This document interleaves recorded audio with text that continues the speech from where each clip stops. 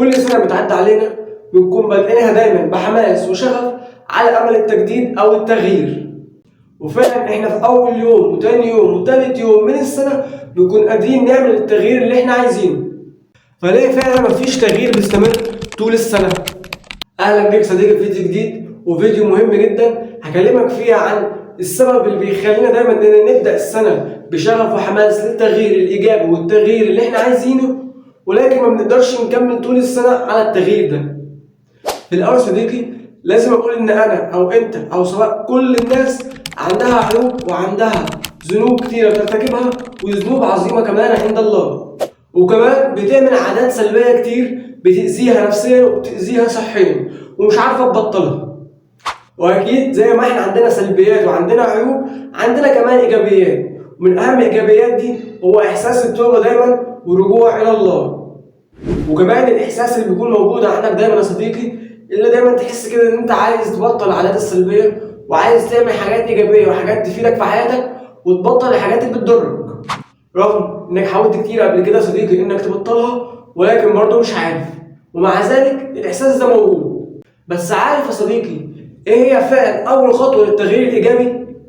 أول خطوة حقيقية فعلا هي النية، إنك تكون ناوي كده بينك وبين نفسك وبينك وبين ربنا إنك هتتوب ليه وإنك هترجع له، تبدأ تصلي تاني، ترجع للصلاة وترجع لدينك وتعرف عن دينك أكتر، ويكون عندك الثقة كده والإيمان إن هي دي الحاجة الوحيدة اللي هتنفعك في الدنيا والآخرة.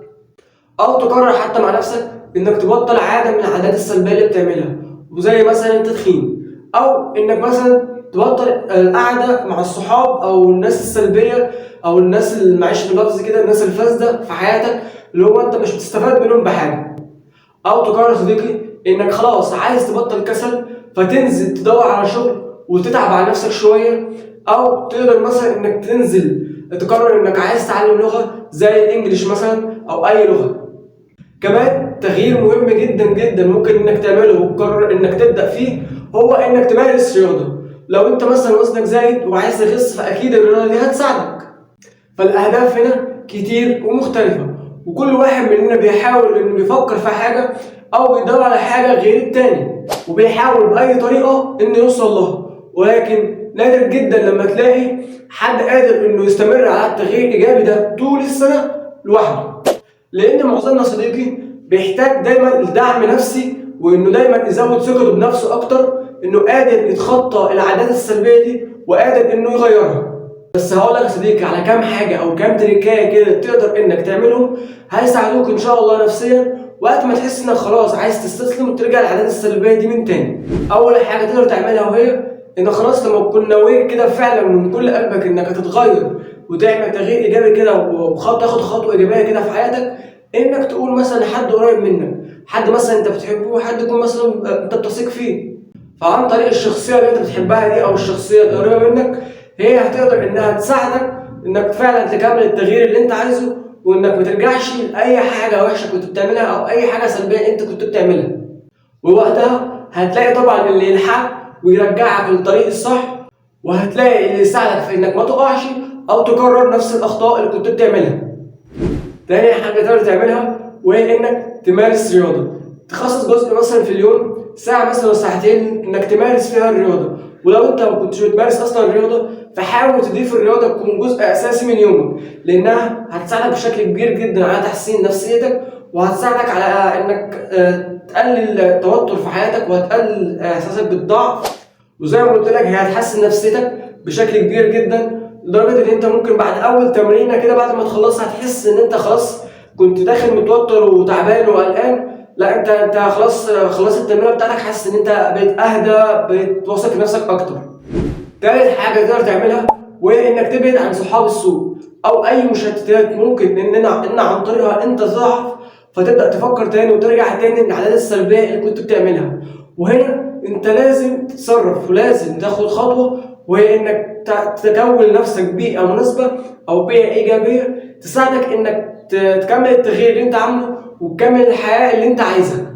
ورابع واهم نقطة فيهم وهي انك لما بتكون لوحدك تماما في اخر اليوم بتلاقي وبتحس كده انك بتفكر في كل حاجة حصلت معاك طول اليوم، فتبدأ تحس ان كل الافكار اتجمعت عليك في وقت واحد، وهنا بيجيلك حاله من الاوفر ثينكينج، تبدا عن طريقها انك تتعب وتوتر كده نفسك وتحس انك مش عارف تفكر ولا عارف تنام. لا، وممكن كمان وانت بتفكر كده في الحاجات اللي حصلت معاك طول اليوم انك تفتكر حاجات قديمه كانت بتحصل معاك، وتبدا انك تشيد الذكريات كده معاك، وتبدا ان انت تتضايق وتتعصب وتتوتر اكتر. وهنا فعلا تبدا تحس بالوحده وبالضعف يزيد عليك اكتر واكتر في اخر اليوم. وقتها يا صديقي لازم تبقى عارف كده ان انت كده بتحارب نفسك، اللي هي اصلا اصعب عدو ليك في الدنيا دي. ودي حاجه اسمها جهاد النفس. وجهاد النفس اللي ربنا سبحانه وتعالى قال عنها في القران الكريم: بسم الله الرحمن الرحيم، واما من خاف مقام ربه ونهى النفس عن الهوى فان الجنه هي المأوى. صدق الله العظيم. فخليك يا صديقي قوي وصبور في اول بداياتك مع التغيير. هيبقى صعب، بس افتكر دايما ان الجزاء هو الجنه، وان ربنا شايف كل حاجه بتحصل معاك وسامع كل حاجه طبعا بتحصل معاك. وكمان افتكر الايه المهمه جدا دي: ان الله على كل شيء قدير. في تجربه علميه اتعملت اسمها ذا مارشميلو تيست، ودي التجربه اللي عملها عالم اسمه والتر ميشيل في جامعه ستانفورد، وكان في الفتره ما بين اواخر الستينات واوائل السبعينات. والتجربه العلميه دي كان هدفها ان هم يختبروا قوه او قدره الاطفال في ان هم ياجلوا المكافآت الفوريه او اللحظيه. وتحديدا كانوا مهتمين بمهاره كده واسمها سيلف كنترول او التحكم الذاتي. والمهاره دي هي المختصه في انها تربط ما بين قدره وقوه الانسان على مقاومه العادات السلبيه وبناء عادات ايجابيه. واللي كان بيحصل في التجربه دي ان هم كانوا بيجمعوا عدد من الاطفال، وكانوا بيدخلوا كده طفل في غرفه تكون او اوضه تكون هاديه ويكون لوحده، ويحطوا قدامه كده على الترابيزه قطعه من المارشميلو. وكان من القواعد الاساسيه اللي كان بيقولها دايما لاي طفل وهو داخل انه يقدر ياكل قطعه المارشميلو على طول، او يقدر انه يستنى 15 دقيقه كاملين وهي القطعه قدامه، ويستنى 15 دقيقه لحد ما يخلصوا عشان ياخد مكافاه وياخد قطعه مارشميلو اضافيه. طيب، وايه النتائج او الحاجات اللي لاحظها العالم والتر ميشيل على الاطفال في التجربه دي؟ اول حاجه لاحظ ان في جزء من الاطفال اكل قطعه المارشميلو على طول. وتاني حاجه لاحظها ان في جزء من الاطفال حاولوا ان هم يقاوموا ويستنوا ال 15 دقيقه ويستنوا المكافاه، لكن استسلموا في الاخر وما قدروش. ولاحظ جزء كمان في الاطفال، وهو عدد نادر جدا منهم اللي قدر انه يستنى فعلا ال 15 دقيقه علشان ياخد القطعه الاضافيه. بس تفتكر ان العلماء هيوقفوا كده التجربه عند النتائج دي وخلاص هيرضوا بيها؟ الاجابه اكيد لا طبعا، لان العلماء عملوا حاجه مهمه جدا، وهي ان هم تابعوا الاطفال دي على مدار السنين وهم بيكبروا، ولاحظوا حاجتين مهمين جدا. اول حاجه لاحظوها وهم الاطفال اللي قدروا ان هم يصبروا ويستحملوا ويستنوا 15 دقيقه عشان ياخدوا مكافاه، لاحظوا ان هم متفوقين جدا في دراستهم، وكمان قادرين ان هم يتحكموا في نفسهم وان هم يذاكروا ويجيبوا اعلى الدرجات، وكمان قادرين ان هم يمنعوا نفسهم عن اي عادات سلبيه او اي حاجه ممكن ان هي تضرهم. ولكن في المقابل الاطفال اللي هم ما قدروش يستنوا ال 15 دقيقه، لاحظوا كده ان هم بيكبروا كده ان اسلوب حياتهم مش صحي، وكمان هم مش قادرين يلتزموا دراسيا ولا يلتزموا حتى مع نفسهم، وحياتهم متلخبطه ومش قادرين ان هم يحققوا اي نجاح في حياتهم.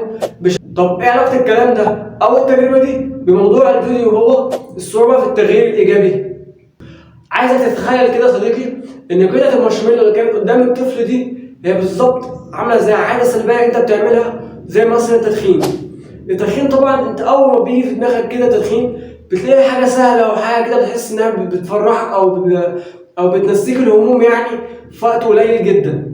لكن التغيير الايجابي دي حاجه محتاجه صبر ومحتاجه مقاومه ومحتاجه ان يكون عندك القوه والقدره انك تستنى وتصبر على اي حاجه غلط كنت بتعملها، لان انت هتلاحظ فعلا الفرق لما تيجي تغير حياتك بشكل ايجابي، هتلاحظه بعدين.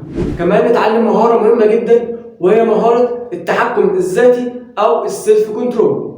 ودي مهاره ممكن اي حد عادي جدا يقدر انه يكتسبها عن طريق مثلا التدريب والممارسه كتير، انه يحاول على قد ما يقدر انه يبعد نفسه عن الاغراءات او اي عاده او اي حاجه سلبيه ممكن ان هو يعملها. وعن طريق التجربه دي وعن طريق كل الكلام اللي قلته لك في الفيديو كده نقدر نفهم ليه احنا مش بنقدر نكمل التغيير الايجابي طول السنه زي ما احنا عايزين، وليه بنبداها صح وليه ما نقدرش نكمل الصح ده للاخر. وبس كده يا صديقي، كده اكون وصلت معاك لنهايه الفيديو.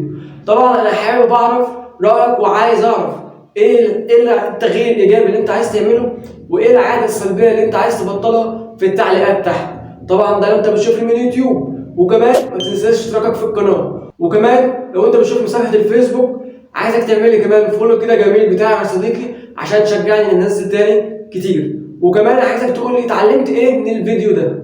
وبس كده، اشوفك فيديوهات تانية كتير ان شاء الله يا صديقي. سلام.